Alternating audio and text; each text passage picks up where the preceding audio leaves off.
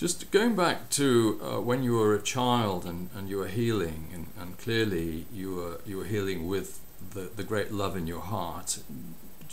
What was your earliest experience of finding that love in your heart? I mean, when did you become aware that you had a great love? Would you say that it was just there when you were born and it was never any different from your earliest conceivable memory, or did you have a very loving environment, family life, or how did it come to you? Was it? No, I had not a very loving environment. I had an extraordinary loving father, but I did have a mother that was disturbed and slightly on the violent side. So I had both poles of what it is to be loved and also not to be loved. But if there is an event that was defining for me, was that near where I grew up, as very small, even before I turned 9, there was a leper camp in a hospital, confined to a left of a hospital building in the city. And I remember that was the forbidden place to visit.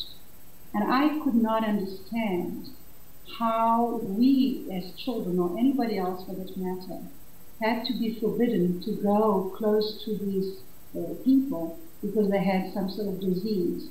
And so being a little bit of a rebel even then, and totally different and following my heart, I said, those are not people that we can ignore. This is not people that we must keep in this wire camp as if they were animals. So I would go and visit them. And I was so touched by their state, just to receive a visitor like me, a little child, that moved my heart beyond, words cannot explain that. But I remember staying with them sometimes for hours and telling them, just telling you I'm going to cry, because I used to play a little bit the clown, to make them laugh. That was my objective, is to make them laugh. It was to bring them some joy. And from there I used to go and dive into the ocean, because I used to touch them, And somebody always used to say you can catch the disease and end up like them, without fingers, without noses, without this, without that.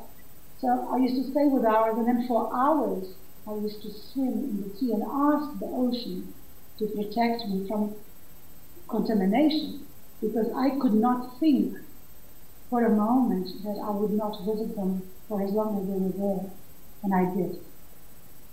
Oh, lovely, beautiful.